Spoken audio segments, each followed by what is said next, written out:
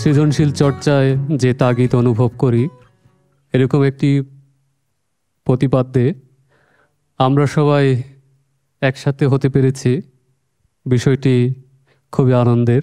একটা আকাঙ্ক্ষা আছে যে যেহেতু ইকেএনসিকে একটা জায়গায় নিতে চাই এইভাবে যে আমাদের, আপনারা হয়তো দেখবেন অথবা অনেকেই জানেন যে আমরা আমাদের ওই পাশটা হচ্ছে বেসিক্যালি আমাদের উপার্জনের জায়গা, যেটা আমার ক্ষেত্রে আর্কিটেকচার প্র্যাকটিস করে এই পরিসরটা আমরা সিনেমা, গান, ইভেন আরও কিছু জিনিসপত্র নিয়ে আমরা কাজ করার চেষ্টা করছি এবং এটা সম্পূর্ণই তরুণদের জন্য, তাদেরই মালিকানা হবে, তারাই এটার সুবিধা ভোগ করবে।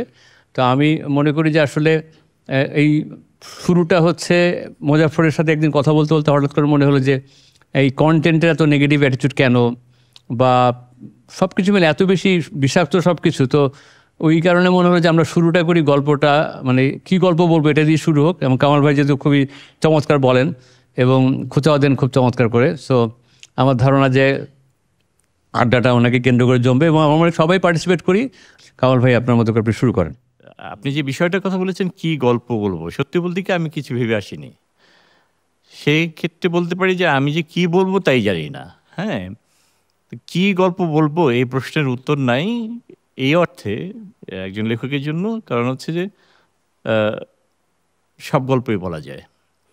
এখন মানে মানুষের জীবনের পুরোটাই গল্প। তবে হয় কি, আমরা শুধুমাত্র এই গল্প ব্যাপারটাকে ছোট গল্প অ্যাজ এ শিল্প মাধ্যম, আর্ট মিডিয়াম, এই হিসেবে আমি রাখতে চাচ্ছি না। আমি আরেকটু এটাকে বিস্তৃত করতে চাচ্ছি এই অর্থে যে গল্প তো শুধুমাত্র গল্পে বলা হয় না। ছোট গল্প যে একটা শিল্প মাধ্যম, শুধুমাত্র ওখানে যে গল্প বলা হয় তা তো আর না। উপন্যাসেও তো বলা হয়, নাটকে বলা হয়, সিনেমায় বলা হয়, এমনকি আর্কিটেকচারে বলা হয়, তারপরে হ্যাঁ ছবিতে বলা হয়, তারপরে আপনার এমনকি মিউজিকে বলা হয়, হ্যাঁ এইসব কবিতায়ও বলা হয়। হ্যাঁ, তো সব জায়গায় কিন্তু গল্প বলা হয়। তো গল্পটা তো আসলে এরকম না যে শুধুমাত্র গল্প, আমি গল্পকার, অতএব গল্পে কীভাবে কী বলবো এই বিষয়টা শুধুমাত্র ছোট গল্পের ক্ষেত্রে আমি সীমাবদ্ধ রাখতে চাচ্ছি না। যেমন ধরুন আমি যদি একটা লাইন বলি যে মানে অন্য জায়গায় যে গল্প থাকে, একটা লাইন বলি, হঠাৎ করে মনে হলো যে সুনীলের একটা লাইন আছে, 19-এ বিধবা মেয়ে কায় ক্লেশে 29-এ এসে গর্ভবতী হলো। একটা বাক্য। হ্যাঁ, 19-এ বিধবা মেয়ে কায় ক্লেশে 29-এ এসে বিধবা গর্ভবতী হলো। তো এটার মধ্যে একটা গল্প আছে না? 19-এ বিধবা হয়েছে, 29 পর্যন্ত গিয়েছে, কায় ক্লেশে গিয়েছে এবং তারপরে গর্ভবতী হয়েছে। বিধবা মেয়ে তো গর্ভবতী, এর মধ্যে একটা গল্প আছে না, লক্ষণ আছে না? তা আসলে গল্প কিন্তু কবিতায় গল্প বলা হয়, সবসময় বলা হয় না, কিন্তু অনেক কবিতায় আছে গল্প বলা হয়, অনেক গানে আছে গল্প বলা হয়। তো গল্প তো নানান জায়গায় বলা হয়। এখন গল্পর ক্ষেত্রে আমরা কথা সাহিত্যের ক্ষেত্রে যে সমস্যাটা আমরা পড়ি, গল্প কিংবা উপন্যাসের ক্ষেত্রে যে সমস্যাটা আমরা পড়ি, সেটা হলো যে একটা একটা বোধহয় পাঠকের একটা আকাঙ্ক্ষা থাকে কিংবা দাবি থাকে যে সমসাময়িক প্রসঙ্গ নিয়ে গল্প লেখা, এবং সেই দায় মেটানোর জন্য একটা তাগিদও মানে গল্পকার উপন্যাসিকদের মধ্যে দেখা যায়। যে কারণে আপনি দেখবেন যে যত মানে পৃথিবীতে যত গল্প উপন্যাস লেখা হয়েছে তার অধিকাংশই হচ্ছে ওই সময়ের ওই সমাজের বাস্তবতা নিয়ে লেখা, অধিকাংশ। এমন না যে এর বাইরে নেই, এর বাইরে তো অনেক আছে, কিন্তু অধিকাংশ, আমি যদি বলি প্রায় 80 ভাগই হচ্ছে এরকম। তা এখন ওটা লিখতে গিয়ে আমরা আমরা একটা একটা একটা কী বলবো, একটা বিপদের মধ্যে পড়ে যাই। কারণ হচ্ছে যখনই সমসাময়িক প্রসঙ্গ নিয়ে গল্প লেখা হয় তখনই হচ্ছে যে বাছাই করার প্রসঙ্গ আসে, আমি কোনটা নিয়ে লিখবো কোনটা নিয়ে লিখবো না। হ্যাঁ, এই বাছাই সব কিছু নিয়ে তার গল্প লেখা যায় না। তো যেমন হক ভাই একটা কথা, সৈয়দ শামসুল হক একটা কথা বলতেন যে কথা সাহিত্য, আমি তার সঙ্গে একমত ছিলাম না, সবসময় তর্ক করেছি, কিন্তু তিনি বলতেন এটা কথা সাহিত্য হচ্ছে মানে গল্প উপন্যাস, সেটা হচ্ছে সৃজনশীল সাংবাদিকতা। তো সাংবাদিকতা বললেই একটু মানে এত কষ্ট করে গল্প লিখি কিংবা উপন্যাস লিখি, শিল্প বানানোর চেষ্টা করি, আর তিনি এটাকে সাংবাদিকতা বলছেন। সাংবাদিকতা মানে কি? এটা তো আজকে যে খবরটা ছাপা হলো পত্রিকায়, পরের দিনই সেটা অপ্রয়োজনীয় হয়ে যাবে। কিংবা আসলে এখন তার পরের দিন লাগে না, সকালে খবর বিকেলবেলা পুরনো হয়ে যায়, তাই না? তো ওই ধরনের সাংবাদিকতাকে আমি করছি, এটা নিয়ে খুব হতো, আমাদের দুজনের মধ্যে তর্ক হতো যে না, এটা তিনি একেবারে শেষ বয়স পর্যন্ত এই কথা বলে গেছেন, সৃজনশীল সাংবাদিকতা। কেন? তুমি বলছো যে যেহেতু তুমি বর্তমান নিয়ে লেখো, তো বর্তমান নিয়ে তো সাংবাদিকরা লিখবে, এবং তোমার কোনো উপায় নেই, আমাদের কোনো উপায় নেই, যেহেতু আমরা কথা সাহিত্য করি, আমাদের কোনো উপায় নেই, আমাদের বর্তমান নিয়ে লিখতে হয়, বর্তমান সমসাময়িক প্রসঙ্গ নিয়ে লিখতে হয়। তা এখন এই যে বর্তমান সমসাময়িক প্রসঙ্গ নিয়ে লেখাও যে অন্যরকম হতে পারে, চিরকালীন হতে পারে, এটা যে আর শুধুমাত্র বর্তমানেই থাকে না। কারণ আজকে যেটা বর্তমান, আগামীকাল সেটা তো অতীত হয়ে যাবে, তাই না? আজকের বর্তমানটা কালকেই তো অতীত হয়ে যাবে। তো কালকেও কি এটা প্রাসঙ্গিক থাকবে, কিংবা প্রাসঙ্গিক রাখার উপায়টা কি? প্রশ্নটা আসলে ওই জায়গায়, মানে চ্যালেঞ্জটা আসলে ওই জায়গায়। হ্যাঁ, যে চ্যালেঞ্জটা সঙ্গীতের ক্ষেত্রে নাই, যে চ্যালেঞ্জটা কবিতার ক্ষেত্রে নাই, সেটা এই গল্প এবং উপন্যাসের ক্ষেত্রে আছে। যে সমসাময়িক প্রসঙ্গ নিয়ে লেখা বিষয়গুলো কিভাবে পরবর্তীকালে টিকে থাকবে। নাটকের ক্ষেত্রেও কিন্তু এই চ্যালেঞ্জটা আছে। তা আমি, হ্যাঁ হ্যাঁ, সিনেমার ক্ষেত্রে আছে। তা আমি এই এই এইখানে আমি একটা প্রশ্ন করতে, যেমন ধরেন এখনকার সময়টা, এখনকার বাংলাদেশের যে সময়টা খুবই বিভ্রান্ত একটা সময়, খুবই অবিশ্বস্ত একটা সময়, এবং কোনোভাবেই ডিফাইন করা যাচ্ছে না, খুবই কনফিউজিং একটা সময়। এরকম একটা সময়ে দাঁড়িয়ে একজন গল্পকার কী লিখবেন, মানে কিংবা কীভাবে লিখবেন? তা আমি এইটার অ্যানালজিটা নিয়ে হচ্ছে যে কোনো দেশের যুদ্ধ পরবর্তী পরিস্থিতিতে, যদিও আমাদের এখানে যুদ্ধ হয়নি, কিন্তু আমি একটা উদাহরণ দিচ্ছি এই জন্য, যে দ্বিতীয় বিশ্বযুদ্ধের পরে ইউরোপে কি হয়েছিল এটা যদি খেয়াল করেন, দেখবেন যে ওখানে আপনি তো ইতিহাসে তো আমাদের শুধুমাত্র মেজর সব ঘটনাগুলো লেখা থাকে, কিন্তু জনজীবনে কী হয়েছিল, কি ঘটেছিল, সেটা তো লেখা থাকবে হচ্ছে এই কথা সাহিত্যে, নাটকে কিংবা সিনেমায় ধরা থাকবে, জনজীবনের কথা ধরা থাকবে। তো সেই অর্থে আমি বলছি যে ওখানে কি হয়েছিল এটা কীভাবে বোঝা যাবে? তো বোঝা যাবে সাহিত্য পাঠের মাধ্যমে কিংবা সিনেমার মাধ্যমে। এবং সেখানে কি আছে আমরা দেখতে পাই যে ওটা, যেমন দ্বিতীয় বিশ্বযুদ্ধের কথা বলছি কারণ আমি উদাহরণ টানবো, এটা বাংলাদেশে মুক্তিযুদ্ধের পরেও এটা হয়েছিল, কিংবা বিভিন্ন এই ধরনের বড় পরিবর্তনের পরে এই ধরনের ঘটনা ঘটে। সেটা হচ্ছে মানে সহজ ভাবে যদি বলতে চাই, সেটা হচ্ছে একটা হচ্ছে গণবিকার, ম্যাস হিস্ট্রিয়া, মানে মানুষের যে আচরণগুলো সেটাকে ডিফাইন করা যায় না, হিস্ট্রিয়াগ্রস্ত যেমন হয় না মানুষ, যে হঠাৎ করে হিস্ট্রিগত হয়ে পড়ে, ওই টাইপের একটা সিচুয়েশন তৈরি হয়। আর আরেকটা হচ্ছে গণবিষাদ, মানে ম্যাস ডিপ্রেশন। এই দুইটা ঘটনা সাধারণত যুদ্ধের পরে ঘটে। দ্বিতীয় বিশ্বযুদ্ধের পরে এই ঘটনাটা ঘটেছিল, মানে ইউরোপ জুড়ে এই ঘটনাটা ঘটেছিল ব্যাপকভাবে। মানুষ, আমি বলছি সাধারণ মানুষের কথা, হিটলার কি করেছিল সেই প্রসঙ্গ কিন্তু বলছিলাম। আমি বলছি যে জনসাধারণের মধ্যে কি হয়েছিল, গণবিষাদ, গণবিকার সাংঘাতিক রকমের ছড়িয়ে পড়েছিল। এইটাকে ওই সময়ে সাহিত্যে কিভাবে ধরা হয়েছিল এটা যদি দেখি, তাহলে দেখবেন যে নতুন একটা নাটকের একটা নতুন ফর্ম এসেছে এই দ্বিতীয় বিশ্বযুদ্ধের পরে, সেটা অ্যাবসার্ড নাটক। হ্যাঁ, কিছুক্ষণ আগে অ্যাবসার্ড নাটকের প্রসঙ্গটা বলছিলাম, এটা মনে পড়লো যে অ্যাবসার্ড নাটকে একটা ফর্ম এসেছিল। এখন আপনি যদি অ্যাবসার্ড নাটকের ফর্মটা আপনি দেখেন, তাহলে দেখবেন যে সেইখানে যে গল্পটা বলা হচ্ছে কিংবা যেভাবে বলা হচ্ছে, সেখানে একটা ব্যাপার খুব পরিষ্কারভাবে চোখে পড়ে। সেটা হচ্ছে যে কোনো ঘটনাই, যে ঘটনা যেটা বর্ণনা করা হচ্ছে, কোনো ঘটনারই কোনো সুনির্দিষ্ট প্যাটার্ন নেই। হ্যাঁ, এটা ভেঙে ফেলা হয়েছে, এক। দুই নম্বর হচ্ছে যে যে চরিত্রগুলো আছে সেই চরিত্রগুলো পরস্পরের সঙ্গে যোগাযোগ করতে পারছে না। অর্থাৎ আপনি আমার সঙ্গে কথা বলছেন, আমি আপনার সঙ্গে কথা বলছি, কিন্তু এই দুই সংলাপের মাঝখানে যে কোনো যোগাযোগ তৈরি হচ্ছে এরকম কোনো প্রমাণ পাওয়া যাচ্ছে না। তো অ্যাবসার্ড নাটকের ক্ষেত্রে তো অনেক নাটক হয়েছে, আপনারা জানেন যে বেকেটের ওয়েটিং ফর গডো তো খুবই বিখ্যাত নাটক। তারপরে ইউনেস্কোর চেয়ার, তারপরে আর একটা কী যেন একটা নাটক আছে খুব, গন্ডার নামে যেটা অনুবাদ হয়েছিল ওটা, এগুলি খুব, তারপরে জাজেনের নাটকগুলো, ওগুলো খুবই ওই ওই সময়টাকে তুলে এনেছিল এইভাবে যে এমন একটা সময়ের মধ্যে আমরা এসে পড়লাম যে মানুষের সঙ্গে মানুষের যোগাযোগ করা সম্ভব হচ্ছে না। মানুষ কথা বলছে ঠিকই, আমি বলছি, আপনি বলছেন, মনে হচ্ছে একটা সংলাপ, কিন্তু আসলে দুজনের সঙ্গে কোনো যোগাযোগ তৈরি করতে পারছেন না। মানে ভাষা ভেঙে পড়ছে। ভাষার যে যে ভাষার কাজই হচ্ছে কমিউনিকেশন তৈরি করা, সেই কমিউনিকেশন ভেঙে পড়ছে।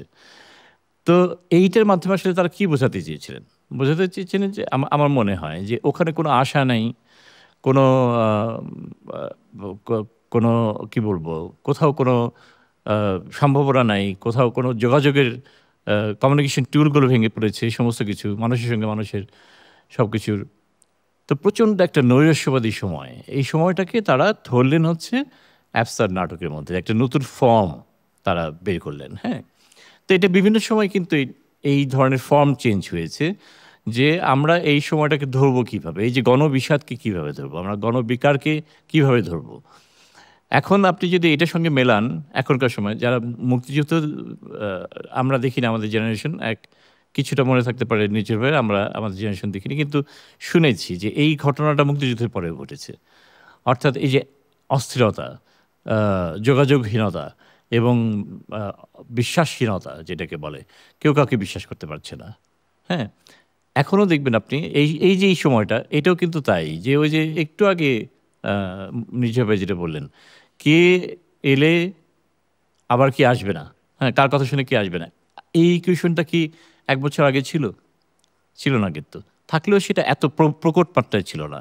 তার মানে এখন এমন একটা সময়ে এসে আমরা দাঁড়িয়েছি যে ওই যে যোগাযোগহীনতা তৈরি হচ্ছে। হুম? অবিশ্বাস তৈরি হচ্ছে, সন্দেহ তৈরি হচ্ছে। এই এই সময়ে এসে আমরা আসলে কি বলবো? আমরা কি অবিশ্বাসের কথা বলবো না? হ্যাঁ, আমরা বলব। আমরা কি মানে আমরা যে অবিশ্বাস করছি, আপনাকে আমি অবিশ্বাস করছি, এটা আমি বলব। আমি আ আপনার সঙ্গে আমি যোগাযোগ তৈরি করতে পারছি না। হ্যাঁ, আমি এটা বলব, আমি এটা বলতে চাই। কোন ফর্মে বলব সেটাও ভাবতে হবে। কিন্তু আমার আমার এটা হচ্ছেই যে আমার কাছে মনে হয় যে গল্পের ক্ষেত্রে এই সমস্যাটা রয়েই যাচ্ছে। সবকিছুর পরেও যিনি গল্প লেখেন, তার একটা দায় এসে পড়ে, সময়কে ধরে রাখার দায়। এখন এই সময়কে ধরে রাখার দায়, আ এটার মধ্যে বিপজ্জনক ব্যাপারটা হলো যে আজকের যে বাস্তবতা সেটা পরবর্তীকালে আর সমসাময়িক বাস্তবতা থাকে না। তখন অতীত হয়ে যায়।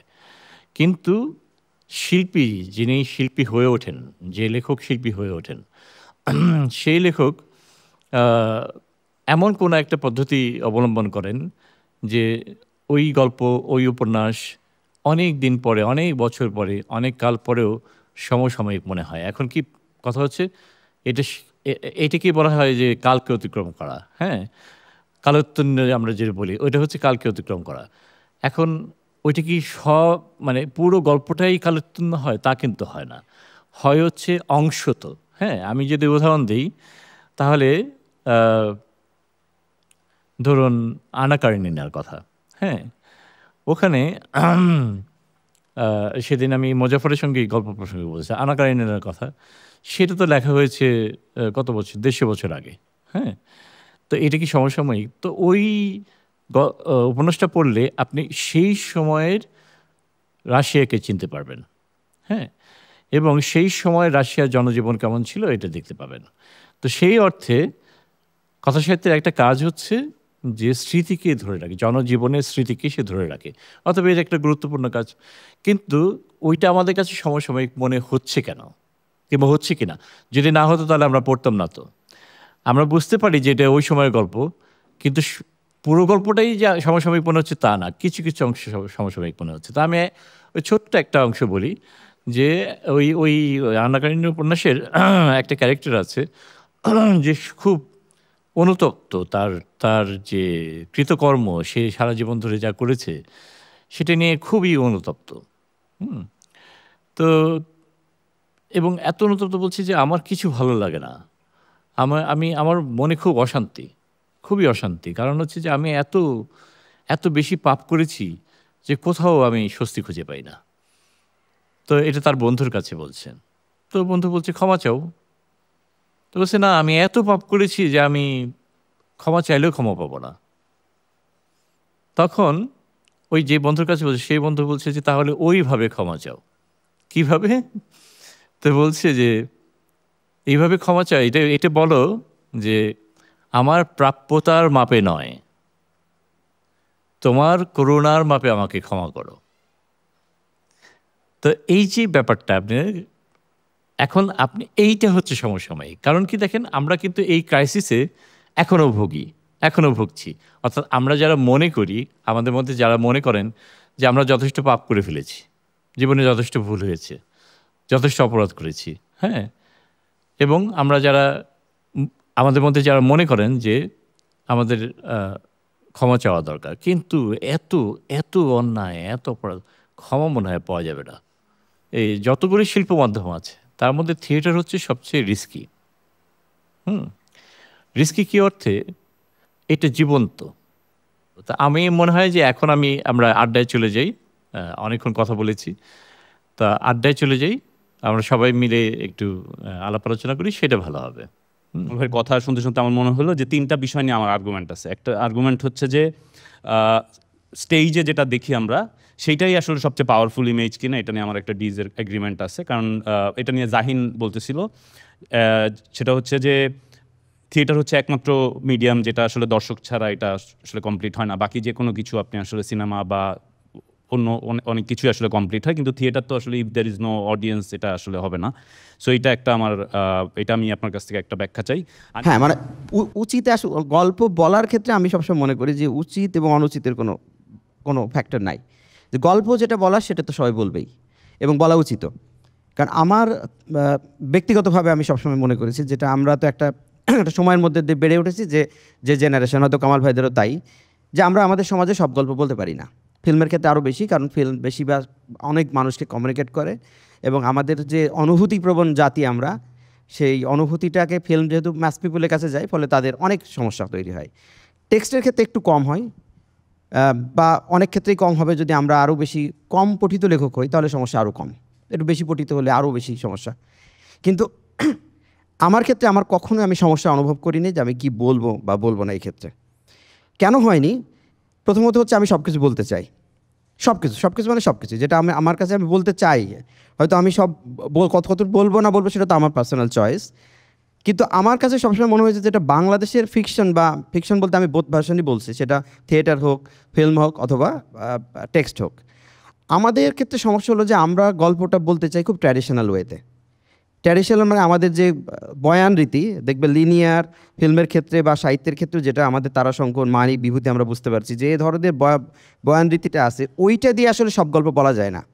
আপনি দেখবেন যে মার্কেজে যখন সবাই একটা জাতি যখন ভুলে গেল, সব কিছু বলতে পারছে না, মানে একটা পর্যায়ে মার্কেজের ওই জেনারেশন কি হয় যে তাদের তো মেমোরি থাকে না, তারা কোনো সব নামগুলো লিখে রাখে, একটু একটু করে সব লিখে রাখতে রাখতে দেখবেন গ্রামের একটা যেখানে এন্ট্রি পয়েন্ট, সেখানে তাদের একটা পোস্টকার্ড থাকে বড় করে, কারণ তারা সব কিছু তো ভুলে গেছে, সব কিছু লিখে রাখে। ওইখানে একটা জায়গায় লিখে রাখে গড এক্সিস্ট।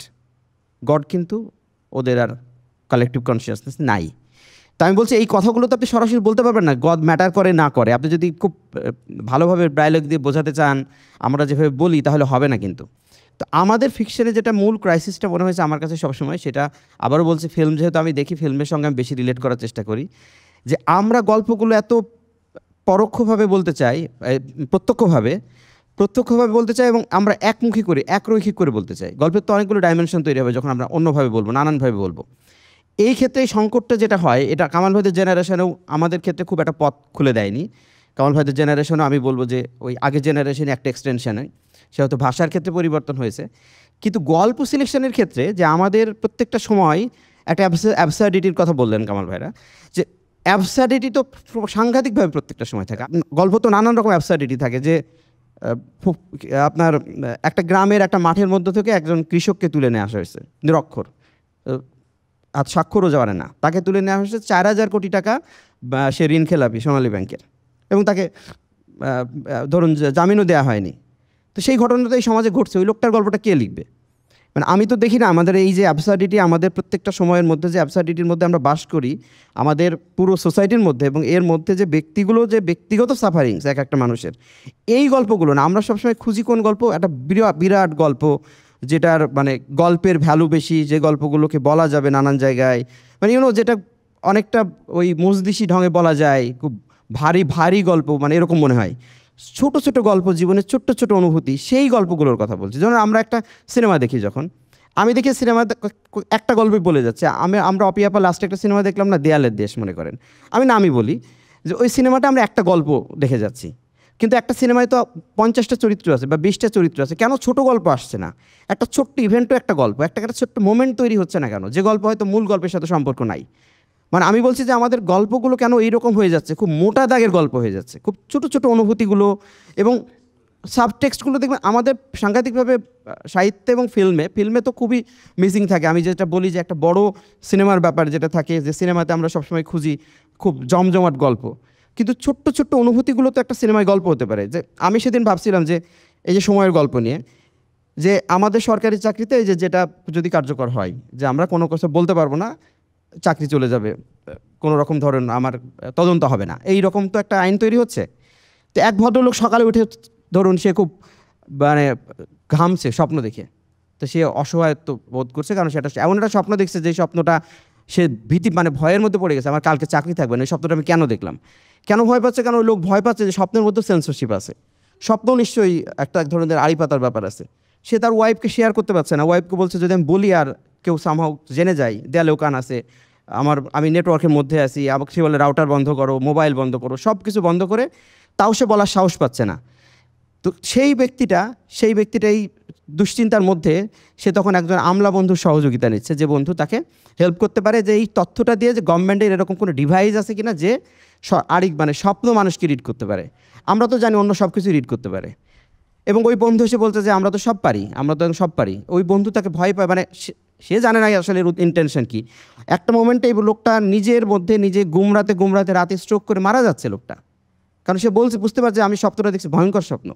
এখন সমস্যা হলো কি, সময়ের গল্পটাকে আমরা কিভাবে সময়ের বাইরে নিতে পারি। এখন স্বপ্নটা যদি আমি বলি ওই লোকটা স্বপ্ন দেখছে, আমি জয় বাংলা বলেছি, তাহলে তো সময়ের মধ্যে বেঁধে দিলাম গল্পটাকে, তখন এই গল্পটা আমার একটা সময়ের মধ্যে বেঁধে গেল, গল্পটা রিস্কি হয়ে গেল। এখন স্বপ্নটার কথা বললাম না কি স্বপ্ন দেখেছে, তাহলে এই আওয়ামী লীগের সময় একরকম সে ইন্টারপ্রিট করবে, বিএনপির সময় একরকম ইন্টারপ্রিটেশন হবে, গল্পটা তো থাকলো। তাই আমরা যদি লেখকরা মনে করি যে আমরা সব গল্প বলতে চাই, আমার ধারণা বলার ক্ষেত্রে কোনো অসুবিধা আমি দেখি না। আমার আমি ছেড়ে দিব, আপনারা কথা বলবেন। আমার একবার সমস্যা হয়েছিল যে আমি ধরুন একটা গল্প লিখলাম, ওই যে কালের কণ্ঠে, ওই নোমান ভাই জানে যে সেই গল্পে মুক্ত মত নিয়ে আর কি, যে আমাদের ফ্রিডম অফ এক্সপ্রেশন নাই, কেউ কথা বলতে পারে না, এরকম একটা গ্রাউন্ড। তো তখন আমাদেরই অনেক বন্ধুরা যারা খুব আওয়ামী লীগের কট্টরপন্থী, তারা বললো যে সরকারি চাকরি করে এই গল্প লিখতে পারে কিভাবে। আমার অসুবিধা হয়নি শেষ পর্যন্ত, কেন? কারণ গল্পে আমি দেখাচ্ছিলাম যে এই সমাজে কারো কোনো মাথা নাই, লিটারেলি কারো মাথা নাই। যেহেতু মাথা নাই, একজনের মাথা আছে, সে আসলে অবজার্ভ করছে সব কিছু, যে কারো মাথা নাই এবং মাথায় স্ট্রেট রাখতে দেয় না, এবং মাথাটা থাকাটাই ডিসকমফোর্ট এক ধরনের। তো তখন গল্পটা কি দাঁড়াচ্ছে, যখন আমাকে এই অভিযোগটা দিচ্ছে, তখন এই সেটিংটা তো অ্যাবসার্ড। এই যে অ্যাবসার্ডিটি, মানে আপনারা জাদু বাস্তববাদ বলেন, পরবাস্তব বলেন, যাই বলেন, মানে যখনই আমরা একটু অন্যভাবে গল্পটা বলবো, সেইটা থ্রিলার হতে পারে। আমাদের সুয়ান এখানে আছেন, যে যদি ডিস্টোপিয়ান ভার্সন আমরা যেটা বলি, আপনি 100 বছর পরে নিয়ে যান আজকের সোসাইটিকেই, আপনি আজকের গল্পটাই বলেন, আপনি শুরু করেন 3000 সাল থেকে, 1000 বছর পরে গিয়ে গল্প বলেন, একটু জিনিসগুলো পাল্টে দেন, কিন্তু এই গল্পটাই বলেন, আমার কোনো অসুবিধা তো নাই।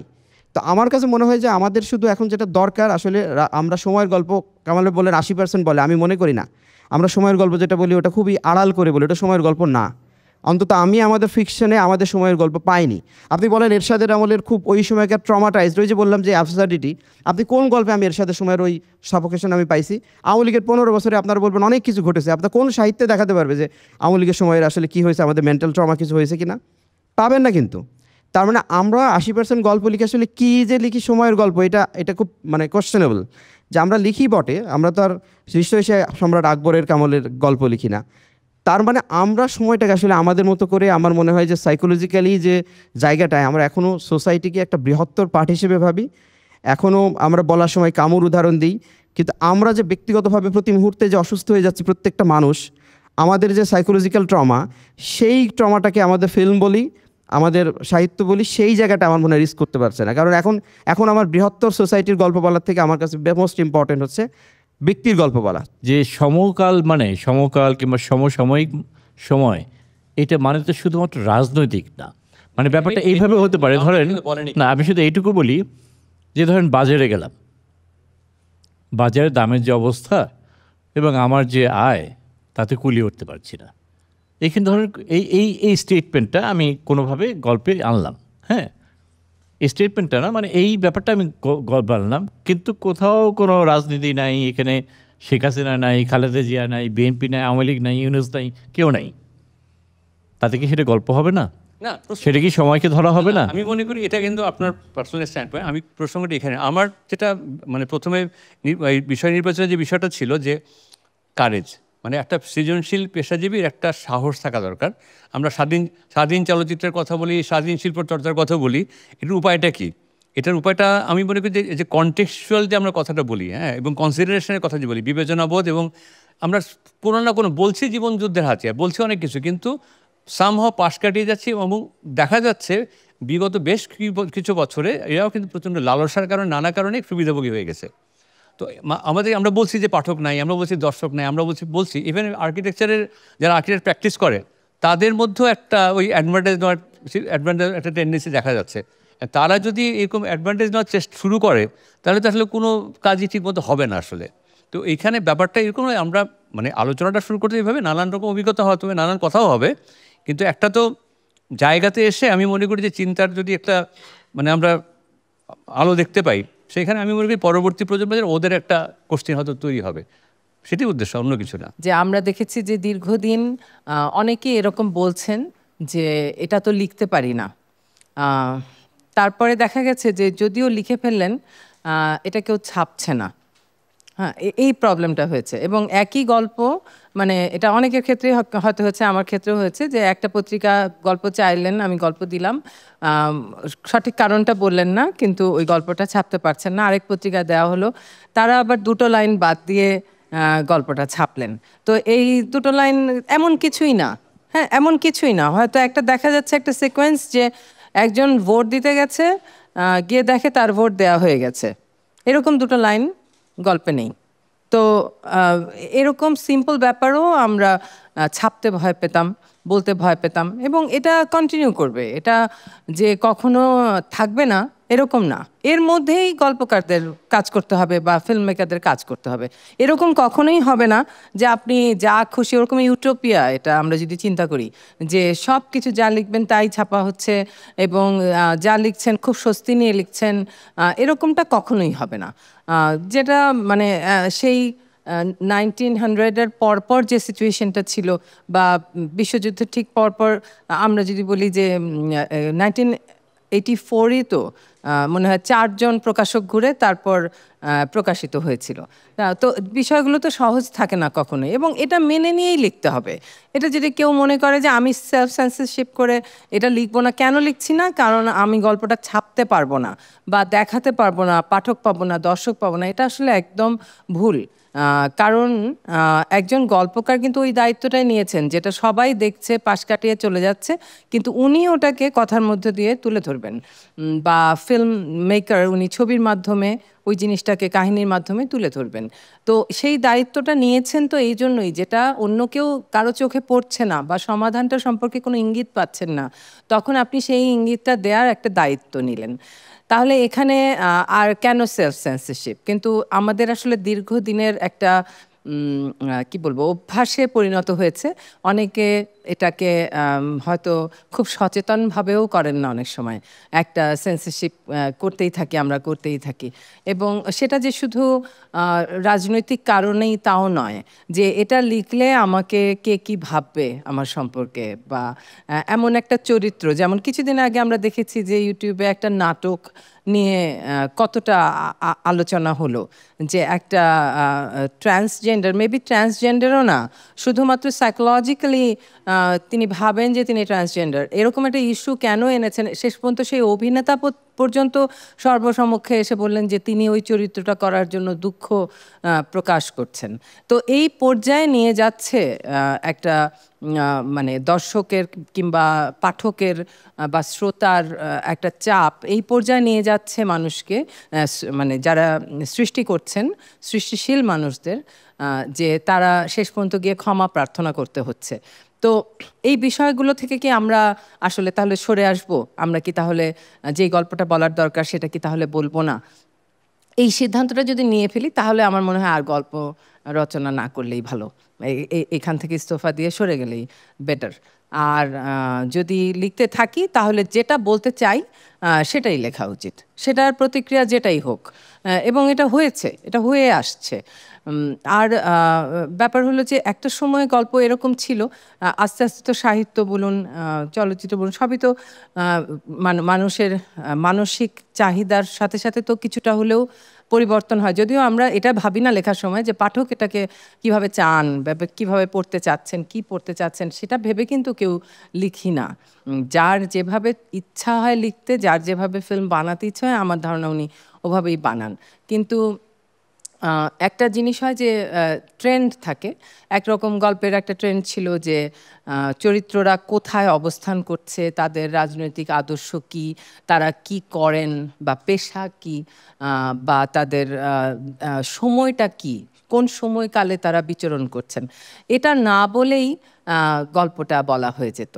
এবং সেই গল্প কিন্তু চিরায়ত হয়েছে। সেরকম আমরা প্রচুর চিরায়ত গল্প আছে যারা আমরা বলতে পারবো না যে এদের অবস্থান কোন সময়ে, মানে ইতিহাসের কোন পর্যায়ে তারা আছেন, কিংবা কোন শহরে তারা বসবাস করেন, শহরে না গ্রামে, এমনকি এটাও বোঝা যাচ্ছে না। হয়তো একটা গল্পের মধ্যে দেখা যাচ্ছে যে শ্বেতাঙ্গ পুলিশের কথা আছে, ওই একটা লাইন দেখে আমি বলতে পারি যে এটা ব্রিটিশ পিরিয়ডের একটা কথা বলা হচ্ছে। এরকম তাও না থাকতে পারে, ওরকম একটা ইঙ্গিতও নাও থাকতে পারে, কিন্তু সেরকম গল্প এখনও আমরা পড়ি।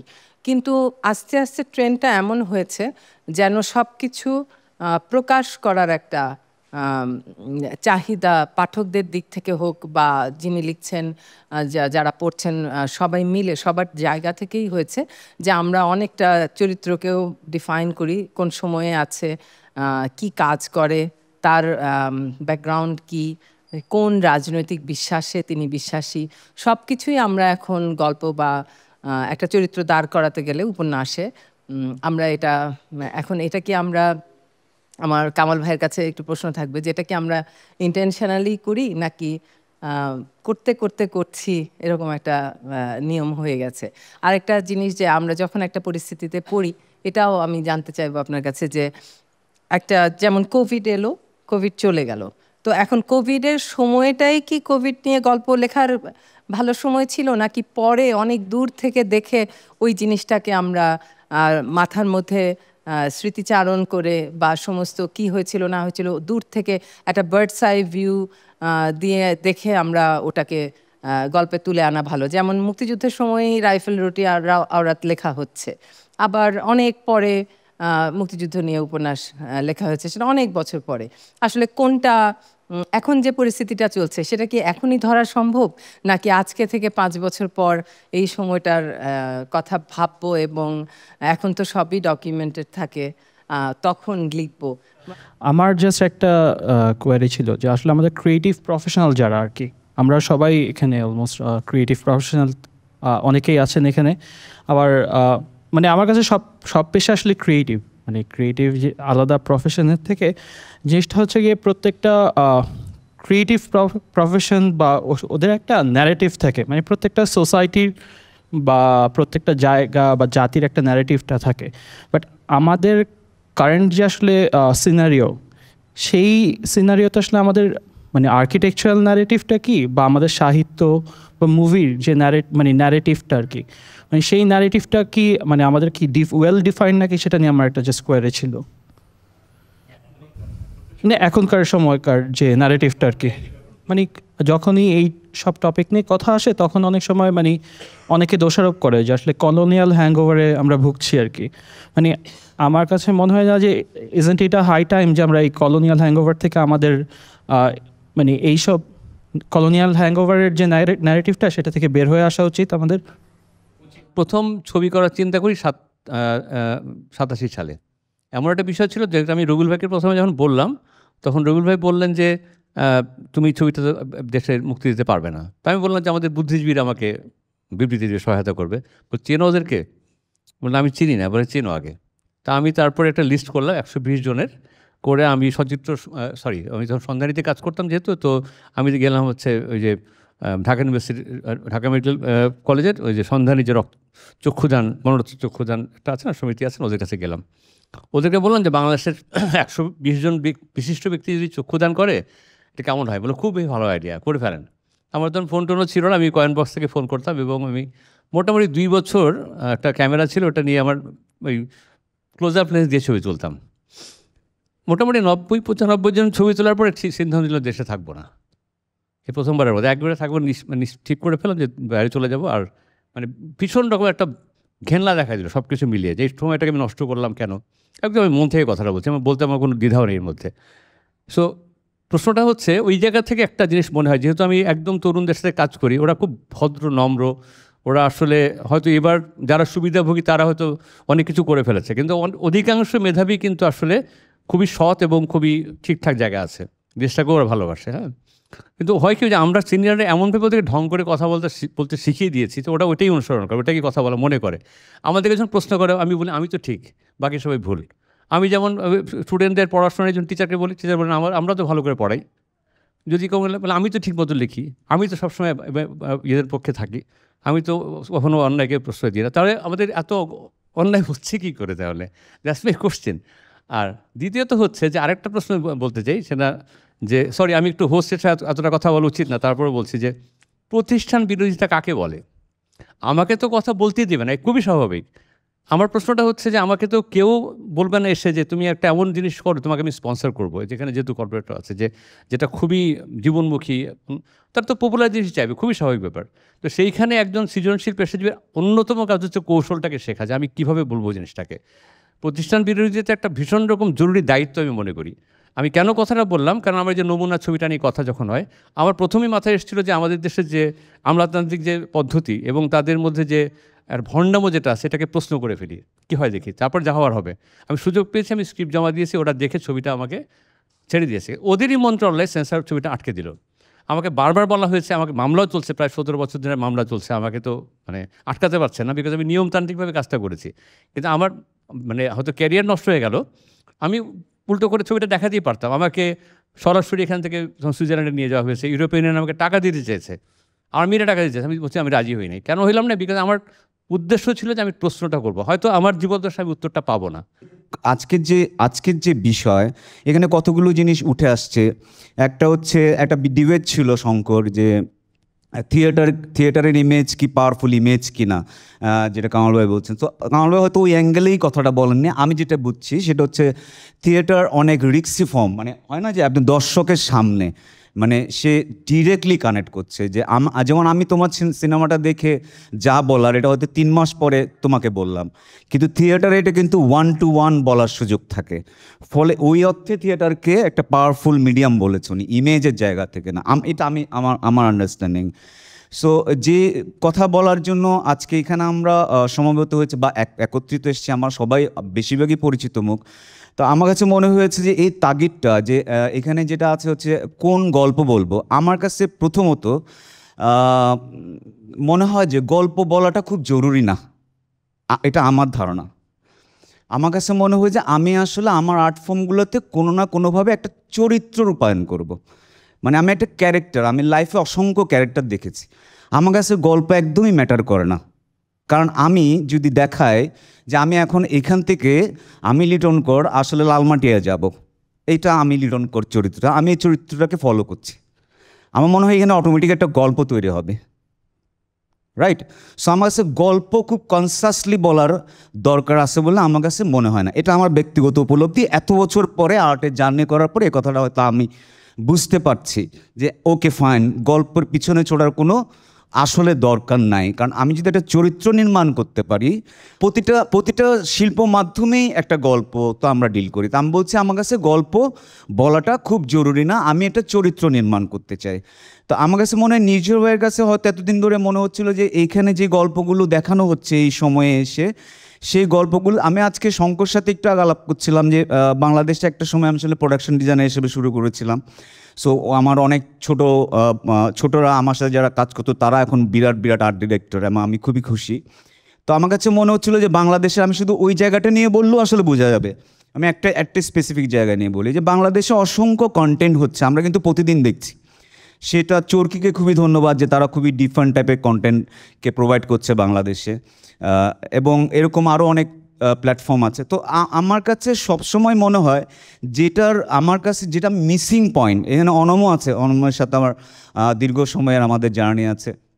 তো আমার কাছে যেটা মিসিং পয়েন্ট মনে হয়, খুবই সুন্দর দেখতে, খুবই ঝকঝকে তকতকে, খুবই দুর্দান্ত গ্রেডিং, খুবই দুর্দান্ত অ্যাক্টিং, খুবই দুর্দান্ত সিনেমাটোগ্রাফি, টেকনিক্যালি আমরা অনেক আগায় গেছি, আমি সিনেমা আর অডিও ভিজুয়াল নিয়ে কথা বলছি, কিন্তু আমাকে কোথাও মিস করে, কানেক্ট করে না। মানে এটা অনেস্টির গল্প, ওই অনেস্টিটা আমি পাচ্ছি না কোথায় জানি, আমি কোথায় জানি একটা চাপ পাচ্ছি। এখানকার ইয়াং একজন বলতেছিল যে কলোনিয়াল হ্যাংওভার থেকে আমাদের বের হয়ে আসার আসলে কোনো এটাই কি রাইট টাইম নাকি? কলোনিয়াল হ্যাংওভার এটা আসলে আমার খুব পছন্দের একটা টার্ম। আমি লিটারেচারের স্টুডেন্ট ছিলাম, সো ওইখানে আমাদেরকে পড়তে হয়েছে এটা আসলে। সো আমার কাছে যেটা মনে হয়, এবং ওইটা পিক করলাম আমি এই কারণেও, কারণ আমার কাছে মনে হয় যে ওইটার সাথে ইন আ ওয়ে আমাদের সবগুলো জিনিসের একটা সম্পর্ক আছে, কারণ ওটা আমাদের রিসেন্ট পাস্টও না, আবার মোটামুটি রিসেন্ট পাস্টও, মানে যেটা আমাদের সাইকিকে গঠন করছে, কলোনিয়াল হ্যাংওভারের যে বিষয়টা। তো আমার কাছে যেটা মনে হয় যে কলোনিয়াল হ্যাংওভারটা আমরা আসলে কাটায় উঠতে পারবো না। এটা রাইট টাইম নাকি সেটা অন্য প্রশ্ন। রাইট টাইম, যে any time is a right time, এটা আসলে এটা কোনো টাইম নাই, এটা আমরা কাটায় উঠতে পারবো না, কারণ আসলে আমরা একটা জাতিগতভাবে আমার কাছে মনে হয় আমরা একটা চরম ডিনায়ালের ভিতরে আসি, এবং সেইটাই আমাদের চরিত্র। এটা আমার মতামত। এটা আসলে আমি নিজেকেও অ্যাটাক করতেছি, আমি অন্য সবাইকেও অ্যাটাক করতেছি। সো আমি তো অবশ্যই এটার বাইরে না আর কি। গিটার বাজাতাম এবং আমি গান গাওয়ার চেষ্টা করতাম, এবং আমার গানের বা মিউজিকের প্যাটার্ন খুবই ওয়েস্টার্নাইজড ছিল। সো এবং আমি বন্ধুদেরকে ঘোষণা দিয়ে দিছিলাম যে আমি পৃথিবীর সবচেয়ে বিখ্যাত যারা গিটারিস্ট তাদের মতন করে আমি বাজাবো, এবং আমি তাদের মতনই, আম ওয়ান অফ দেম আর কি। আমি এতটাই ইগোইস্টিক এবং ছিলাম। তো ওইটা করতে করতে আমি একসময় বুঝছি যে আমি যেটা বাজানোর চেষ্টা করতেছি ওটা আসলে কারো না কারো কপি, ওটা আমার না। এবং আমি যেটা কপি করার চেষ্টা করতেছি বা যেটা কপি করে আমি প্রাউড ফিল করতেছি, সেইটার মাস্টার অলরেডি এক্সিস্ট করতেছে। হ্যাঁ, সো আমার আসলে আমার একটা ওই যে 50তম ফটোকপি হওয়ার জন্য যে আমি নিজেকে বাহবা দিচ্ছি, আমার বন্ধুরাও বাহবা দিচ্ছে, কারণ আমরা এমন একটা দেশে থাকি যে 50তম ফটোকপি হওয়াও কীভাবে জানি একটা বিশাল ব্যাপার হয়ে যায়। আমরা কেন সত্য বলতে চাবো, আমি আসলে এইটাও অনেক সময় আমি বুঝতে পারি না। আমাদের তো আসলে সত্য বলার তো আসলে দরকার নাই, আমাদের আসলে অসততার ভেতরে কিভাবে ওটা একটা অন্য ধরনের গল্প হতে পারে, আমিও জানি না সেটা। আমি নিজেও এই অ্যাঙ্গার কিন্তু আমার নিজের উপর, আমি তো এটার ভিতরে থাকি। আমার তো অনেক সময় মারামারি করতে ইচ্ছা করে রাস্তায়, কিন্তু সেটা আমি করতে পারি না। এবং ওই মারামারির যে ম্যাডনেসটাকে যদি আমি আমার আর্টে ট্রান্সলেট করি, ওটা কেউ দেখতে চায় না, ওটা কেউ দেখতে চায় না। আমার ম্যাডনেস কেউ দেখতে চায় না, সবাই ওই গল্পটাই দেখতে চায় যেটা একটা সেফ গল্প, সেই জন্য আমরা সেফ গল্প বলি। এটা তো এমন না যে আসলে সেফ গল্প শুধু এইখানে সেফ না হোক, তাহলে এটা আমরা তো সব কিছুই তো, এটা তো কমিউনিটি, আমরা তো একা কিছু করতে পারবো না, তাই একা কিছু করতে পারবো। সো আমি আসলে এই যে আমি এতক্ষণ ধরে কথা শুনতে শুনতে আমার ভেতরে অনেক ধরনের ইমোশন তৈরি হচ্ছিল, যে আমি প্রায়ই ভাবি যে এত বছর বয়স হলো কিছু ইমোশন একটু কমে গেলে আমার লাইফটা অনেক ইজি হইতো। কিন্তু তো আজকে সবার কথা শুনে মনে হচ্ছিল যে আর্কিটেক্টরা বোধহয় আরোই হাত পা বাঁধা, কারণ আমরা পুরাটাই হচ্ছে ক্লায়েন্টের, আমরা তো ডিপেন্ডেন্ট। আমরা হতে পারে যে আমি আমার টাকা দিয়ে একটা আর্কিটেকচার করলাম, দেন অনেকটাই আমি ফ্রিডম পাই, বাট আদারওয়াইজ আমাকে তো একজনকেও স্পন্সর করতে হবে যে এই আর্কিটেকচারটা তুমি করো। এবং আরেকটা জিনিস হচ্ছে যে এটা এতই অ্যাবস্ট্রাকশন, এতই একটা অ্যাবস্ট্রাক্ট একটা আর্ট। যেমন আমি যদি লুইকানের, আমি এখন আজকে বসে ভাবছিলাম যে পার্লামেন্ট আমি যেভাবে করে আমি ইউজ করেছি অ্যাজ এ, আমি একদম বাচ্চাকাল থেকেই পার্লামেন্টে যেতাম, প্লাজাটা খোলা থাকতো, আমরা ইউজ করতাম, আমার ফুপা ওখানে থাকতেন কর্মসূত্রে, সো এমপি হোস্টেলের আনাচে কানাচে এভরিথিং আমি দেখেছি। আমার মেয়ে পার্লামেন্টের এত বড় একটা ওপেন স্পেস যেটা হচ্ছে বাউন্ডারি দিয়ে ঘেরা, সে এটাকে কিভাবে করে দেখছে? সো আর্কিটেকচার লুয়েকান যেটা চিন্তা করে করেছে, ওইটা কি ওনার চিন্তা মতো চলছে আসলে সবসময়, নাকি এটা আসলে পুরা সমাজের যে বাস্তবতা বা যে চেঞ্জিং যে পলিটিক্স, এটার সাথে আসলে আমাদের স্পেসের রিলেশনশিপ, এটার ইউজ সব কিছু তো চেঞ্জ হয়ে যাচ্ছে। সো আমি অ্যাজ এ আর্কিটেক্ট যেটা চিন্তা করে বানাচ্ছি, ওইটা কিভাবে করে ইউজ হচ্ছে এবং এটা কিভাবে করে প্রভাব ফেলবে এবং এটা কালজয়ী হবে কি না, এইটা হয়তো অনেকটাই আমার উপর থাকে না। আর আমার রিসেন্টলি একটা যেটা আমি দেখলাম যে এই যে সব কিছু ভাইরাল হয়ে যাওয়া এবং এটার উপর যে আমার কোনোই হাত নাই, এইটা একটা আমার কাছে খুব অস্থির লাগছে যে আমি তো এইভাবে প্রজেক্টটাকে দেখাতে চাই নাই, মানুষ কেন এরকম করছে? হ্যাঁ, তো এইখানে আমি কোথায় আটকাবো, বা আমি এটা আর আমার হাতেই থাকলো না যে আমি এটাকে কিভাবে প্রকাশ করব। এটা প্রকাশ হয়ে যাচ্ছে, এটা নিজের মতো প্রকাশ হচ্ছে। তো এইটাও আমার কাছে একটা মানে আমি জানি না যে আসলে এই যে ভাইরাল কথাটা আমার কাছে এখনো পর্যন্ত অত্যন্ত নেগেটিভ, অলদো এটার অনেক পজিটিভ কিছু কিছু ইয়ে আছে যে আমি এখানে প্রজেক্ট করছি, আরেকজন অনেক দূরে থেকে এটা জেনে যাচ্ছে, বাট তারপরেও এখনকার বাস্তবতায় শিল্পের প্রকাশটা আমি যেভাবে করতে চাচ্ছি বা যেভাবে চিন্তা করে করেছি, সেইটা আসলে যারা ব্যবহার করছে তারা কিভাবে করে এটাকে দেখছে এবং প্রকাশ করছে, এবং এরপরে এটাকে কিভাবে করে প্রকাশ মানে ন্যারেটিভটা কে লিখবে এবং এটা পাল্টা ন্যারেটিভ আবার কবে যে কিভাবে করে চলে আসবে, এইটা একটা আমার কাছে মানে আমি কিছু জায়গায় আইডিওলজিটা স্ট্রং রাখতে চাই, বাট আবার কখনো কখনো মনে হয় যে মানে এটার অ্যান্সারটা আমরা জানি না আসলে। আমি খুব ফর্ম পছন্দ করি, সব কিছুর ভিতরে একটা ডিসিপ্লিন খুঁজি। অনেক দিন পরে আপনাদের এখানে থেকে আমাকে continuously for the last 45+ minutes নিজেকে বুঝাতে হচ্ছে যে ফর্মের বাইরে যাওয়া যায়। মানে এই ডিসকাশনটার চেয়ে আসলে কতগুলো শাখা প্রশাখা বেরিয়েছে। আমি 17টা লিখেছি, তারপর ছেড়ে দিয়েছি হাল। প্রথম গল্প 2 লাইনের। আমরা আজকে এখানে 23 জন একত্রিত হয়েছি, পিছনে দাঁড়িয়ে গুনলাম। 23 হচ্ছে 1 থেকে 9-এর পরে বাকি যা কম্বিনেশনের সংখ্যা হয় তার প্রথম মৌলিক সংখ্যা। আমরা একটি মৌলিক সংখ্যার লোকজন, তার মানে হচ্ছে আমরাও মৌলিক। 2 নম্বর গল্প বলি। আমার জন্য আজকের দিনটা খুব ইন্টারেস্টিং। সকালবেলা আমি একটা KKF ফাউন্ডেশনে গিয়েছি। KKF ফাউন্ডেশনে 80 জনের মতো মেয়েরা, তাদেরকে আশ্রয় দেওয়া উত্তরাতে একটা বিল্ডিংয়ে। এই মেয়েগুলি হচ্ছে মানে একটি মেয়ে আমাকে তার একটি পেইন্টিং গিফট করেছেন। মেয়েটির বাবা তাদেরকে ফেলে রেখে চলে গিয়েছে। মেয়েটির বাবা মদ্যপ, মাদকাসক্ত ইত্যাদি। মেয়েটির মা অস্তিত্বের প্রয়োজনে ছুটাবুয়ার কাজ করে, প্রতিবেশীদের কাছে মেয়েকে রেখে যায়। সেই প্রতিবেশীরা তাকে যা করার করেছে। 1 দিন না, 2 দিন না, 2.5 মাস পরে গিয়ে মেয়েটি মাকে বলতে পেরেছে। ততদিনে মেয়েকে মেডিকেলে নিয়ে যেতে হবে। মেয়ে মেডিকেল থেকে ফেরত এসছে, তাকে আঁকতে দেওয়া হয়েছে। মানে ওই KKF ফাউন্ডেশন এরকম 83টা বাচ্চাকে আশ্রয় দেয়। এই বাচ্চাগুলোর ভেতরে এই একটি মেয়ে, এবং এই বাচ্চার ভিতরে অনেক আছে। এই মেয়েটি একটা ছবি এঁকে দিয়েছে, I wish I could show you the picture. Painting করেছে জল রং দিয়ে।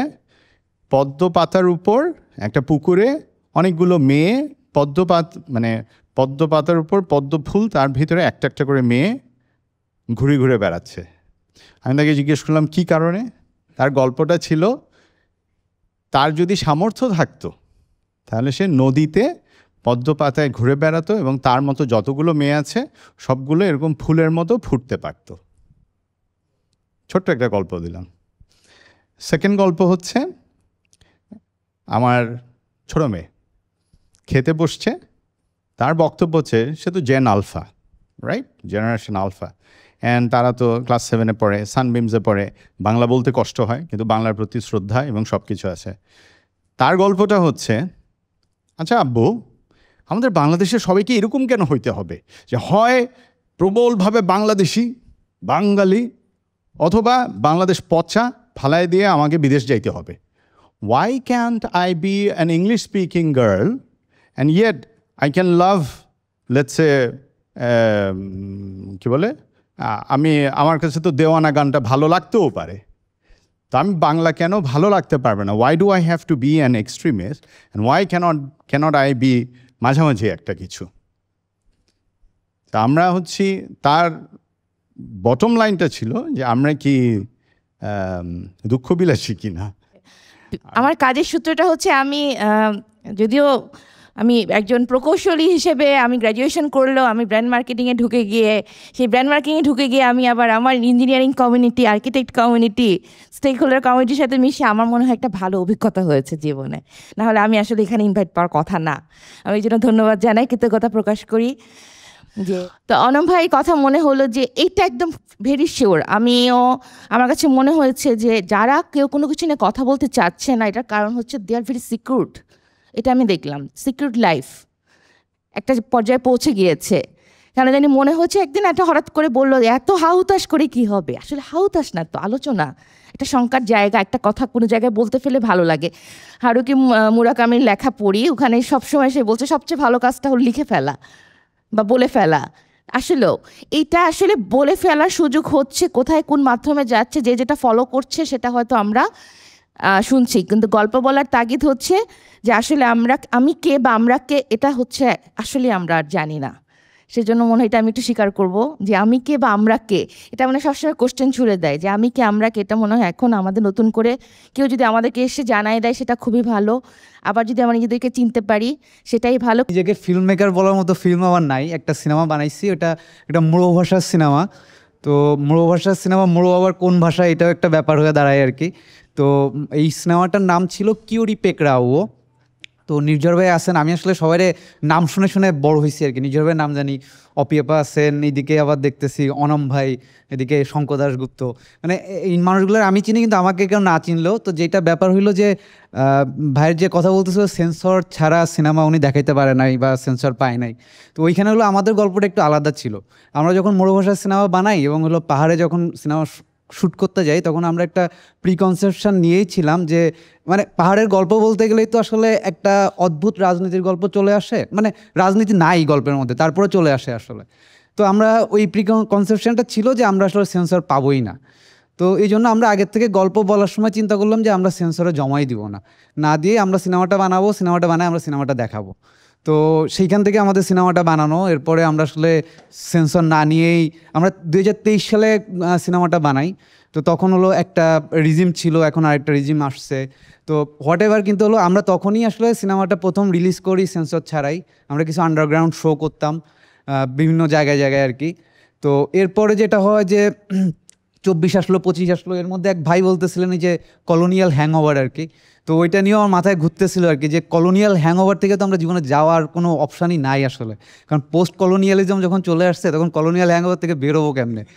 হ্যাঁ, তো এইটা থেকে বের হওয়ার কোনো উপায় নাই। মানে আবার ভাই বলতেছিল যে চরকির সুন্দর সুন্দর প্রোডাকশান, মানে কলোনিয়াল হ্যাংওভারটা কী আসলে? দেখেন আমি এখন জানি না আসলে, মানে এটা সমালোচনা না, সিনেমা দেখতে গেলে দেখি সব এক কালার টোন আর কি, মানে বাংলাদেশ, হলিউড, বলিউড সব এক হয়ে গেছে, এক কালার টোনের সিনেমা দেখি, খুব শ্যালো ডেপথ অফ ফিল্ডে একই টাইপের সিনেমাটোগ্রাফি দেখতেছি।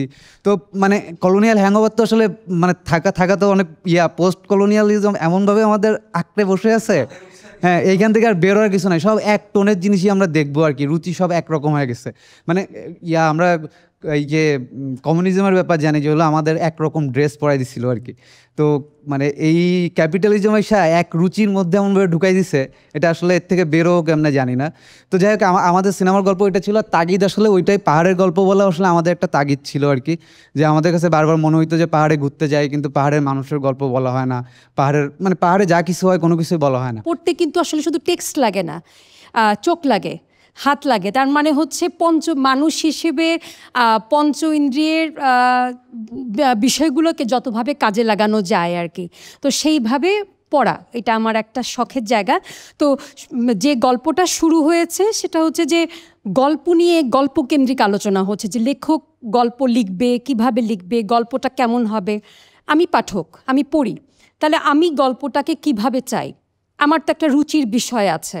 মানে আমি কি সর্বভুক কিনা বা বেছে খুঁটে খাবো কিনা সেই রকম। তো আমি যদি নিজেকে একজন পাঠক হিসেবে দেখি বা ডিফাইন করি বা আয়নার সামনে দাঁড়াই, আই সি যে আমি সব খেতে চাই। I want to it everything. আপনি আমার জন্য জাঙ্ক ফুড বানান, আপনি আমার জন্য এমন খাবার মানে এমন কিছু একটা গল্প লেখেন সেটা দেখে আমার পেটই খারাপ হয়ে গেল, you know what I mean, যে খুবই একটা বাজে কিছু একটা হইল। আপনি এমন একটা গল্প লেখেন যেটা দেখে আমি নিজের মতো করে একটা বা ওটাকে আমি শিল্প ভাবছি, মানে হচ্ছে আমার উপরে ছেড়ে দেন। এখনকার গল্পগুলোকে আমি মনে করি গল্পগুলোকে আমার ট্যুর গাইডের মতো লাগে। লাইক আপনি একজন লেখক আমাকে একটা কোথাও ঘোরাতে নিয়ে যাচ্ছেন, নিজেই শহর সম্পর্কে বলছেন, নিজেই চরিত্র বলছেন, স্থান কাল পাত্র সব এখানে। তাহলে আমার পাঠক হিসেবে ভাবনার জায়গা কোথায়? আমি কিভাবে কল্পনা করছি সেই জায়গাগুলো তো আমি চাই। তার মানে হচ্ছে যে আপনি আমাকে খাইয়ে দিচ্ছেন। এই কারণে যেটা আমি দেখি যে সমস্যা হচ্ছে যে মানুষ ওই যেটা অনেক আলোচনা হচ্ছিল যে রিলেট করতে পারা, যে আমাকে তো ওই জায়গায় থেকে রিলেট করতে পারছি না, তাহলে কিভাবে পারবো? আমাকে যদি সব খাওয়ায় দেওয়া হয়, আপনি দেখেন বাচ্চাদেরও, আমাদের বইয়ের লেখক তো একটা মানুষ, তিনি মানুষ হিসেবে আপনি যদি তাকে একটা ছোট বাচ্চা দেন ওইভাবেই বড় করে, স্পুন ফিড করে। সো আমরা বাচ্চাকেও স্পুন ফিড করি, পাঠককেও স্পুন ফিড করি। আপনি একটা মুভি দেখেন, যে মুভিটা যত বেশি খাওয়ায় দেয় ওই মুভিটা দেখতে বেশি হলে মানুষ যায়। যেমন আপনি যদি একটা ওই যে মারামারির ভীষণ দেন, ওখানে তো আসলে মগজ খুব একটা লাগে না, মগজ ব্যবহার হয় এমন কোনো জায়গায় গেলে তো সেই ধরনের মুভিগুলো কম হয়। তাহলে এই জায়গাগুলোতে পাঠক আরও বাড়তে পারে কি করে, দর্শক বাড়তে পারে কি করে? ধরেন আবার টেক্সট দিয়েই যে আমাকে একজন ভালো দর্শক হয়ে তৈরি করতে হবে তা না।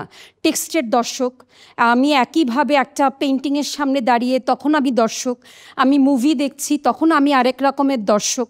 তাহলে এই দর্শক হিসেবেও কিন্তু আমি নিজেকে নিজের মধ্যে একটা নানান রকমের বৈচিত্র্য তৈরি করতে পারি। তার মানে হচ্ছে যে আমাদের মধ্যে বৈচিত্র্য আসবে না যদি সব কিছু আমাদেরকে ফিড করায়, সব কিছু তৈরি বা রেডিমেড বা সব কিছু চাইলে পাচ্ছি, এই রকম বিষয়টা খুব একটা সমস্যা। তা মানে হচ্ছে যে আমরা কোনো বুফেতে খেতে গেলাম, সেখানে অনেক রকমের খাবার দেখলাম এবং শেষ পর্যন্ত দেখলাম যে আমরা আসলে কিছু খাই নাই।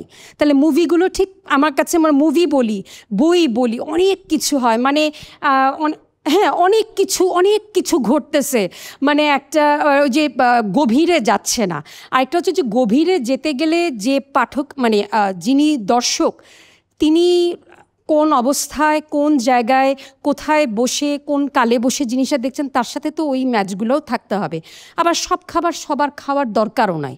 আপনি চাইনিজ ফুড মানে বিন্দাস বানান, আমি খেলে খাবো, না খেলে নাই, আপনি ফেলে দেন, আপনার নিজের আত্মা শান্তি পাক। সো জিনিস তৈরি হতে হবে, কেউ খাবে কেউ খাবে না। আমি পড়বো না বলে, দর্শক নাই বলে কান্নাকাটি জুড়ে দিয়ে ওটা বন্ধ হয়ে যাবে, নট নেসেসারিলি। সব কিছু থাকতে হবে, সব রকমের ক্যাটাগরি থাক, মানুষ বেছে খুঁটে নিক, তবে তার মধ্যে থেকে চোখের বাইরেও আমি বলবো যে মগজের ব্যবহার, সেটার মধ্যে যেন একটু বৈচিত্র্য আসে, একটু ভাবার জায়গা দেন, একটু চিন্তা করার জায়গা দেন। আমি স্পুন ফিড চাই না, মানে আমি চাই না যে আপনি আমাকে ট্যুর গাইডের মতো একটা শহরে নিয়ে ঘোরান। ওই যে কী গল্প বলবো, এখান থেকে শুরু করি। যে আমার খুব প্রিয় একজন উপন্যাসিক আছেন অরহান পামুক, উনি আসলে আর্কিটেক্টই ছিলেন। পামুক 4th ইয়ারে গিয়ে আর্কিটেকচার পড়া ছেড়ে দেন, তারপর উনি উপন্যাস লেখা শুরু করেন। তো তিনি হচ্ছেন মানে বিশাল বড় ধন কুবেরের ছেলে, তার দাদা ইঞ্জিনিয়ার ছিলেন, রেলের ব্যবসা করে বিশাল বড় লোক হয়েছেন। তো পামুক এত বড়, মানে আমাদের রবীন্দ্রনাথের চেয়েও বড় লোক আসলে তিনি। তো ওইরকম একজন বড় লোকের ছেলে, সে যখন পড়াশোনা ছেড়ে ঠিক করলো উপন্যাস লিখবে, তো তাকে স্বভাবতই তার চারপাশের লোকজন বলেছে, তুমি তো জীবন কিছু দেখো নাই, তুমি কি লিখবা, তুমি কিছু জানো না, তুমি থাকছো সারা জীবন ইস্তানবুলে, তুমি টার্কি চিনো না, তুমি ইস্তানবুলেও তোমার ওই কোণের বাইরে আর কিছু চিনো না, সো মনে হয় না তুমি লেখালেখি করতে পারবা। এরপর অনেক বছর পরে পামুকের আমি একটা এক্সপিরিয়েন্স বলছি, যে তিনি যখন এক জায়গায় বুক সাইনিং করছেন, সেই বুক সাইনিংয়ের সময় এক বৃদ্ধা মহিলা তিনি এসে পামুককে বললেন, মিস্টার পামুক, আমি আপনাকে চিনি। তো এখন পামুক বলছে যে আমি ওই কথাটা শুনে আমি থমকে গেলাম, কারণ এই মহিলাটা ওই অর্থে বলেনি আমি তোমাকে চিনি। মহিলাটা বলছে আমি তোমাকে চিনি, তুমি যখন মানে ওই যে উবারে আসার সময় আমি যখন বৃষ্টিতে ভিজে গেলাম, আমি যখন দাঁত ব্রাশ করি, টুথপেস্ট আমি যেভাবে করে ফেলি, বা ওই যে দারোয়ানকে 5 টাকা ঘুষ দেওয়ার সময় আমি যেরকম করে হাতটা বাঁকাই, ওই একটু আগে অনম ভাই যখন বললেন যে 80s পর থেকে আমাদের কিছু হয় নাই, ওই হয় নাই বলাটার সময় আমার গলা কিন্তু একটু পাল্টে গেছিল। প্রত্যেকটা মোমেন্টে এরকম আমাদের কিছু মেমোরি ক্রিয়েট হয়। ওই ভদ্রমহিলা যখন বলছেন মিস্টার পামুক আমি আপনাকে চিনি, পামুক ওটা বর্ণনা করছে এইভাবে যে আমার আসলে সারা শরীর কেঁপে উঠছে, কারণ আমার সারা জীবনে লেখালেখি সার্থক। একটা লোক বুঝতে পারছে যে আমি আসলে কি গল্প বলি। তো আসলে মানে মূল প্রশ্নটা যদি আমাদের ওইটা থাকে যে কি গল্প বলা উচিত, ওই গল্পটা হচ্ছে ওইটা। আমরা যখন কিছু লিখি বা ছবিতে কিছু দেখাতে চাই বা সিনেমায় কিছু দেখাতে চাই, যেটা একেবারেই যেটা আমি অন্য কারোর কাছ থেকে জিজ্ঞেস করতে পারি না যে ভাই টুথপেস্ট করার সময় ব্রাশ আমি কীভাবে ধরবো, কীভাবে তুতুটা ফেলবো, এই জিনিসটা হচ্ছে আমি যদি ওটাকে ঠিকমতো আনতে পারি আমার টেক্সটে বা সিনেমায়, সেটা হচ্ছে আমার গল্প। এখন তারপরে আবার মোজাফফর ভাইদের আলোচনায় আবার একটু আলোচনাটা ঘুরে গেল যে মানে আমাদের কি সময়ের প্রতি একটা দায়বদ্ধতা আছে কিনা, বা সেন্সরশিপ জিনিসটা এটা অবশ্যই আমাদেরকে প্রভাবিত করে, কিন্তু এই জিনিসটা কিভাবে আমাদের ডিল করা উচিত সমসাময়িক একজন আর্টিস্টের। তো এখন এইটা আবার আমার মনে হয় এটা খুবই ব্যক্তিগত। মানে ধরা যাক আমার খুবই প্রিয় একজন চিত্র পরিচালক আসগা ফারহাদি, কিন্তু সারা জীবন উনি ইরান থেকে সিনেমা বানাচ্ছেন, কিন্তু ওনার সিনেমা সেখানে ইরানের কোনো রাজনীতি নাই, 2-3টা মানুষের গল্প, 3টা থেকে 4টা ঘরের মধ্যে গল্প, সব ইনডোরে। উনি যখন প্যারিসের গল্প বলতেছেন, সেই প্যারিসে উনি আসলে 2টা ঘরের মধ্যে গল্প বলতেছেন, উনি আইফেল টাওয়ার দেখাচ্ছেন না। কিন্তু ওই 3টা মানুষের জীবনে কী কী ঘটতে পারে উনি সেটাই খুবই মানে এমন ড্রামা করে দেখাচ্ছেন যে আমি থ্রিলারে ওই গতি পাই না। তখন ফারহাদি কি ভালো পরিচালক না? তিনি যে তুই একটা মানুষের গল্প বলছেন, ওই যে আমাদের মাথা নাই সেই মানুষটা অবশ্যই সত্য, কিন্তু এমন একটা গল্প হতে পারে যে ওই লোকটা মাথা ছাড়া লোকটা যে রিক্সা করে যাচ্ছে, তার ওই রিক্সা করে যাওয়ার এক্সপিরিয়েন্সটাই তার একটা গল্প হতে পারে। কাজে নট নেসেসারিলি আমাকে মানে সময়ের প্রতি দায়বদ্ধ থেকে এমন কিছু লিখতে হবে। ওই পামুকেরই যেমন একটা উপন্যাস ছিল যেটা উনি প্রকাশ করেন নাই, সেটা ছিল সেনা শাসন নিয়ে। উনি যখন ওটা লেখা শেষ করছেন তার আগে তখন সেনা শাসন শুরু হয়ে গেছে, তিনি ওই উপন্যাসটা প্রকাশ করেন নাই। এখন নোবেল বিজয়ী একজন লেখক, তিনি যখন কোনো উপন্যাস প্রকাশ করছেন না, এখন তার মানে তো তিনিও সেন্সরশিপের সাথে আপোষ করছেন। ওই আপোষ প্রত্যেকটা আর্টিস্টকেই করা লাগে। এখন এটা আপনার মানে পুরো ক্যারিয়ারটা দাঁড়িয়ে থাকে হচ্ছে আপনার ওই আপোষের উপরে। আপনি কোন জায়গাটা আপোষ করলেন আর কোন জায়গাটা করলেন না, সেইটা আপনাকে সংজ্ঞায়িত করে। আর একটা কথা মনে হয় সবার আলোচনা তো উঠে আসছে যে ধরেন আমরা এখানে যারা লিখছি তাদের মধ্যে কয়জন বছরে 5টা বাংলা সিনেমা দেখে, বা যারা বাংলা সিনেমা এখানে বানাচ্ছেন, এখানে অনেক নির্মাতা আছেন, কয়জন বছরের 5টা বাংলা উপন্যাস পড়েন, 5টা ভালো বাংলা গান শোনেন? গান না হয় ইউটিউব আমরা শুনে ফেললাম, বা নাটকও দেখা যায়। সিনেমা দেখতে যান কয়জন, বই পড়তে আসেন কয়জন? আর্ট বা শিল্প তো তখনই গ্রাউন্ড ব্রেকিং হয় যখন আমি সব কিছু থেকে কিছু নিতে পারি। পিকাসো তো সারা জীবন মানে ঘুরে বেড়াইছেন হচ্ছে মানে লেখকদের সাথে, তারপরে ওই দাদা ইজমান আর্টিস্টদের সাথে, উনি সবার কাছ থেকে নিয়ে সবারটা চুরি করে উনি পিকাসো হয়েছেন। উনি যদি একা নিজেরটা করতে থাকতেন মানে তার তো আর বড় কিছু হইতো না। সো আমাদের চুরি করাটা শিখতে হবে আর কি। আমরা যদি একটু বেশি মেশামেশি করি তো চুরি একটু ভালো মতো করতে পারবো। ওই চুরি করার জন্য এরকম আড্ডা খুব ভালো আর কি। আচ্ছা, আমি লিখছি, আমার নির্মাতা এখানে বসে আছে, বলি, গুটি, এগুলো সিরিজ, ফিল্ম লিখছি হাওয়া, আর নতুন ছবি আসবে যে সুমন ভাইয়ের নতুন ছবি রোহিত, ওটাতেও আমি কো রাইটার হিসেবে কাজ করছি। তো আমি ইনফ্যাক্ট আমি যে গল্প নিয়ে আলাপ, যেহেতু আমি গতকালকে আমার কাজিনকে বলছিলাম যে আমি যদি 2000 প্রবলেম আমি চিত্রনাট্য লেখা শুরু করি 2015-16 সাল থেকে। আমি 2015-16 সালে যদি বুঝতাম যে লিখে পেট চালাইতে হবে তাহলে লিখতাম না তখন, তাহলে ওই প্রফেশনটাই আর অন্য কিছু করতাম। তো এটা একটা মানে এটা হতাশার গল্প না হলেও এটা একটা আমার কাছে মনে গত 10 বছরে আমাদের এখানে আসলে কি ঘটছে এটার একটা রিফ্লেকশন আমার কাছে মনে হয়েছে। এটার ওই উপলব্ধিটার মধ্যে আছে যে এরকম আমি কিছুদিন আগে একটা বই পড়তেছিলাম, ওখানে উনি এক তাত্ত্বিক, এক কোরিয়ান জার্মান তাত্ত্বিক, ইয়াং, আমাদের থেকে একটু বেশি বয়স কিন্তু ইয়াং, উনি একটা খুব অদ্ভুত কথা বলতেছে। উনি বলতেছে in this age of information there is no story telling, এখানে আসে স্টোরি সেলিং। মানে কোন গল্পটা আসলে সেল হইতেছে ওইটাই আমরা এখন বলা, মানে ইনফরমেশনের এই যে আমরা এখন এটাই বলি, এটাই বারবার রিপ্রোডিউস করে আমি এটাই বলতে থাকি। তো এইটা বলতে এটা এখন লাইনটা অনেক ড্যান্সড, মানে এটা এখন একটা শব্দের মধ্যে এখন অনেক কিছু হয়তো লুকায় আছে। তো আমি একটু এটা ঘাটার চেষ্টা করলাম, বোঝার চেষ্টা করলাম।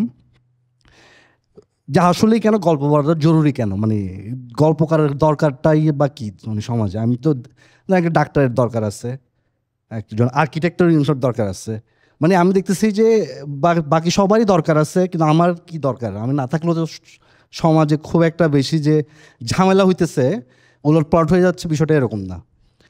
তো এটা একটু হিস্ট্রি দেখার চেষ্টা করলাম যে কীভাবে দরকার। তখন একটা উপলব্ধি আসলো যে গল্প বিষয়টা আসলে আমাদেরকে, এই যে আমরা বসে আছি এটাই গল্পের কাজ, যে কিভাবে আবদ্ধ করে রাখা, এই যে কানেক্ট করা। যে আগে যখন আসলে উপন্যাস এই ফর্মটাই আসে নাই, এর আগেও তো মানুষ গল্প বলছে, গল্পের ফর্মটা যখন আসে নাই এর আগেও মানুষ গল্প বলছে। কীভাবে তারা গল্প বলছে? ওরা দেখাচ্ছে যে মিডিয়ামটা হয়তো ওরালে, যে অনেক দূর ঘুরে আসতো, সে এসে কোনো একটা অভিজ্ঞতা এসে বলতো যে এরকম দুনিয়াতে এরকম এরকম জিনিসপত্র আছে।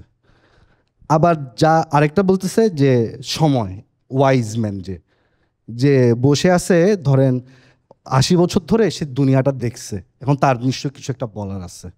তো ওই যে বলার জায়গাটা হয়তো সমাজের আরও 10 জন মানুষকে একই সূত্রে বা একই ইয়েতে গাঁথার কাজটা করতো। এখন এসে তাহলে আমি কি করতেছি? এখন যে আমি গল্প বলছি যে অনম ভাই খুব অদ্ভুতভাবে একটা সুন্দর, মানে যে এমন একটা মেকানিজম আমরা হয়তো বাইর করে ফেলছি, কারণ মানুষ তো মানে বলে যে সারভাইভ করতে করতেই তো আমাকে আগাইতে হচ্ছে। এই যে একটা সিকিউরড, একটা সেফ যে কমফোর্ট, আমার যে জায়গাটা, ওটার বাইরে আমি হয়তো আর পা ফেলতে রাজি না। মানে আমার যে লাইফটা আছে ভাই, আমি আনন্দে আছি। এটা সবার ক্ষেত্রে সত্যি, শুধু গল্পকারের ক্ষেত্রে না, মানে এটাকে ডাক্তারের ক্ষেত্রেও সত্যি।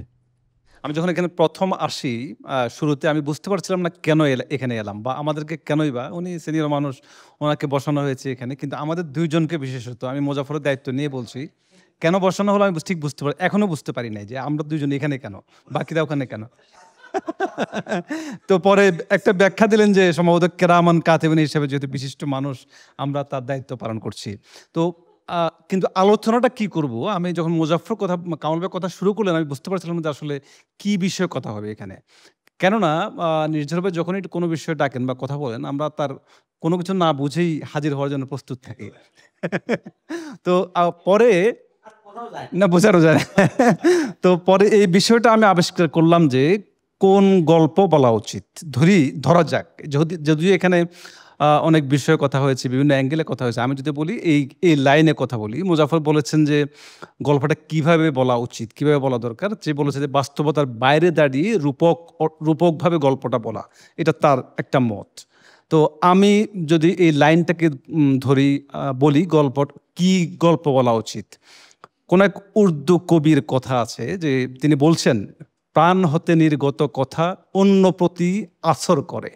মানে যে কথা প্রাণ থেকে বের হয়, সেই কথাটা অন্যের উপরে প্রভাব বিস্তার করে। দিল সে জো বাত নিকলতি হ্যায় ও আসর রাখতি হ্যায়। উর্দুটা হচ্ছে এরকম, আমি কবির নাম ভুলে গেছি, সম্ভবত ইকবাল কিংবা গালিব তালেব কেউ হতে পারে। গল্পকার যে গল্পটা প্রাণ থেকে তাগিদ অনুভব করবেন, আমার কাছে মনে হয় তিনি সেই গল্পটা লিখবেন। এখন তার কাছে অনুচিত উচিত এটা কোনো বিষয় না। আমি কয়দিন আগে যে একটি গল্প লিখছিলাম, গল্পটা হচ্ছে এই, স্ত্রী বলছে, 2 জনের চাকরিজীবী, স্বামী এবং স্ত্রী 2 জন চাকরিজীবী। স্ত্রী বলছে যে স্বামীকে, আমি একটু জরুরি কাজে রাঙামাটি যাচ্ছি। ঠিক আছে, ওকে, যাচ্ছি, গেছে রাঙামাটি। তো স্বামী তার অফিস থেকে হঠাৎ করে তার থাইল্যান্ডে যেতে হবে। স্বামী পরের দিন থাইল্যান্ড চলে গেল। সেদিন বিকেলে থাইল্যান্ডে পৌঁছে সে যখন পাতায়া সমুদ্র সৈকত থেকে হাঁটছে, দেখছে তার স্ত্রী অন্য একজন ছেলের হাত ধরে হেঁটে আসছে। এটা হচ্ছে গল্প। কিন্তু স্ত্রী যাওয়ার কথা রাঙামাটি, সে চলে গেছে স্বামীকে না বলে পাতায়া। এটা হচ্ছে গল্প। আমি গল্পটা একদম 87 শব্দ লিখে ফেললাম। লিখে আমার মনে হলো আমি কেন গল্পটা লিখলাম, মানে এই অর্থ কি। এই গল্প পৃথিবীতে পরকীয়া বহুবার বলা হয়েছে, অসংখ্যবার বলা হয়েছে, এইভাবে আমি যেভাবে লিখেছি এইভাবে বলা হয়েছে। তো আমার এই গল্প বলার অর্থটা কি, কেন আমি গল্পটা বললাম। আমি সাথে সাথে কম্পিউটার থেকে ফাইলটা ডিলিট করে দিলাম, একদম মুছে দিচ্ছি। মুছে দেওয়ার সঙ্গে সঙ্গে আমার মাথায় কোথাও যেন ঠক ঠক শব্দ হচ্ছে। শব্দটা কিসের? কোন এক হাতি তার সুর বাড়িয়ে আমাকে এভাবে ধাক্কা দিচ্ছে আমার মাথার মধ্যে। হাতিটা সুর আমার মাথায় ধাক্কা দিচ্ছে না, ধাক্কা দিচ্ছে সম্প্রতি সময়ে আমি এবং মুজাফফর সহ আরো বন্ধুবান্ধব গজনীর গারো পাহাড় ভ্রমণে গিয়েছিলাম। সেই পাহাড়ে কোনো একজন গারো সম্প্রদায়ের একজন মানুষ কোনো এক বসন্তে এক হাতিকে বাঁচিয়েছিলেন মৃত্যু পথযাত্রী হাতি। পরবর্তী বসন্তে সেই হাতি এসে তার দরজায় ঠকঠক করছে, যে মালিককে, যে তার জীবন উদ্ধার করেছে, তাকে আবার নমস্কার জানানোর জন্য, শ্রদ্ধা জানানোর জন্য, তাকে দেখার জন্য আবার এসেছে। আমি এই গল্পটা লিখতে শুরু করলাম। আমার কাছে মনে হলো পৃথিবীতে মানুষকে কেন্দ্র করে, এখানে বলা হচ্ছে যে চরিত্র, একটি চরিত্র, লিটন ভাই যেমন বলেছে চরিত্র নির্মাণ করা সম্ভবত নাকি, আপনি বলেছেন, মোজাফর বলেছে যে ব্যক্তির প্রসঙ্গ ছোট গল্প তুলে আনা। আমার কাছে মনে হচ্ছে, আমি আরেকটা গল্প ছোট্ট বলি। কিশোরগঞ্জের কোনো একটা দ্বীপে মালিক, কিশোরগঞ্জের হাওড়া অঞ্চলের দ্বীপগুলো বিচ্ছিন্ন বিচ্ছিন্ন, একটা দ্বীপে শুধু একটা পরিবার, একটা ছোট্ট গ্রাম, একটা ছোট বাড়ি। এই বাড়ি থেকে ওই বাড়ির মানুষরা 6 মাসের জন্য কোনো একটা অঞ্চলে গিয়ে কাজ করে, যখন হাওড়ে পানি টানি থাকে, ঢাকায় চলে আসে কিংবা নোয়াখালী অঞ্চলে বা কোথাও চলে যায়। তো ওই বাড়িতে 3টা কুকুর আছে। এই 6 মাস তার কুকুরগুলো কোথায় থাকবে? সে যখন তার স্ত্রী পুত্রকে নিয়ে চলে আসছে ওই লোকটা, তখন ওই 3টা কুকুর ডাকতে ডাকতে মানে হাওড়ের প্রায় অর্ধেক অংশ চলে আসছে, অর্ধেক চলে আসছে। তুমি আমাকে ছেড়ে কোথায় যাচ্ছ তোমরা, আমরা কীভাবে থাকবো? তখন ওই লোকটা বলছে যে বাবা তোরা এরকম করলে আমি কীভাবে যাব, সন্তানের মতো বলছে। আমার কাছে মনে হলো এটা কেন গল্প নয়? আমার কাছে মনে হলো যে কেন হাতির ওই গল্পটা নয়? পৃথিবীতে মানুষকে নিয়ে এত গল্প রচিত হয়েছে, এত গল্প রচিত হয়েছে, কিন্তু পারমাণবিক যুদ্ধের হুঙ্কার বন্ধ করা যায়নি। মানুষের মধ্যে যে বিকার, সে বিকারকে বন্ধ করা যায়নি। মানুষের যে সুস্থ চিন্তা, সে চিন্তার উদ্বোধন ঘটানো যায়নি। হ্যাঁ, ঘটানো যায়নি যে তা না, হয়তো গুটিকতক মানুষ আছে তারা সুস্থ চিন্তা করে, কিন্তু বৃহত্তর সোসাইটিতে, সমাজে, কমল ভাই সবসময় বলেন গল্প উপন্যাস কখনো সরাসরি প্রত্যক্ষ বা প্রভাব রাখে না। আর কত অপেক্ষা করতে হবে? গল্পের বয়স তো প্রায় 200 বছর হয়ে গেল, উপন্যাসের বয়স তো তাই। আর কতদিন অপেক্ষা করতে হবে মানুষকে সভ্য হিসাবে, প্রকৃত সংবেদনশীল মানুষ হিসাবে গড়ে তুলবে? সুতরাং আমি আর মানুষের গল্প বলতে চাই না, মানুষের বাইরে দাঁড়িয়ে মানবতার কোনো এক প্রাণীর গল্প বলতে চাই। এটা আমাকে ইদানিং ভাবাচ্ছে। আমি জানি না যে আমি সাকসেস হবো কিনা এখানে, আমি প্রাণীর গল্প বলতে পারবো কিনা, ওল্ড ম্যান অ্যান্ড দ্য সির মতো কিংবা কালা পাহাড়ের মতো কোনো গল্প বলতে পারবো কিনা। সভ্যতার শুরু থেকে যে প্রাণীটি মানুষের সঙ্গে জুড়ে গিয়েছে, চমৎকার বলেছে সেপিয়েন্সে নোয়া হারারি, তার নাম কুকুর। বাংলা সাহিত্যে কুকুরকে নিয়ে একটি গল্প আছে, একটি গল্প আছে, শুধুমাত্র মানুষের জয়গান, শুধুমাত্র মানুষের জয়গান। হ্যাঁ, থাকতে পারে, আচ্ছা, আমি বলছি আর কি। হ্যাঁ, এটা আমার ভাবনাটার কথা বলছি আর কি। আর যে উনি বলেছেন যে গল্পটা কিভাবে বলা বা কিভাবে বলা, হ্যাঁ নিশ্চয়ই পৃথিবীর ওই সকল গল্পই যে বলেছিলেন যে আদ্রেজিৎ বলেছিলেন যে কোনো কিছুই মৌলিক না, সব কিছুই রিপিটেশন। যে শিল্পী আঁকছেন তিনি তার কল্পনা থেকে আঁকছেন না, কোনো এক অরণ্যে গিয়েছিলেন, লতা পাতা দেখেছেন, ওখান থেকে দেখেই তিনি আঁকছেন, কল্পনা হবে না। সুতরাং ওই শিল্পী যেটা আঁকছে সেটা মোটেই মৌলিক না, সেটা প্রকৃতিতে আছে, মোটেই মৌলিক না। তো আমরা কোনো কিছু মৌলিক সৃষ্টি করতে পারছি না আসলে। আমি কদিন আগে দেশ সুমদার একটা লেখা লিখেছিলাম যে আমাদের চলচ্চিত্রকাররা জানেন না এই সময় কারা গল্প লিখছেন, আমাদের যারা সঙ্গীতকার তারা জানেন না এই সময় কারা কবিতা লিখছেন।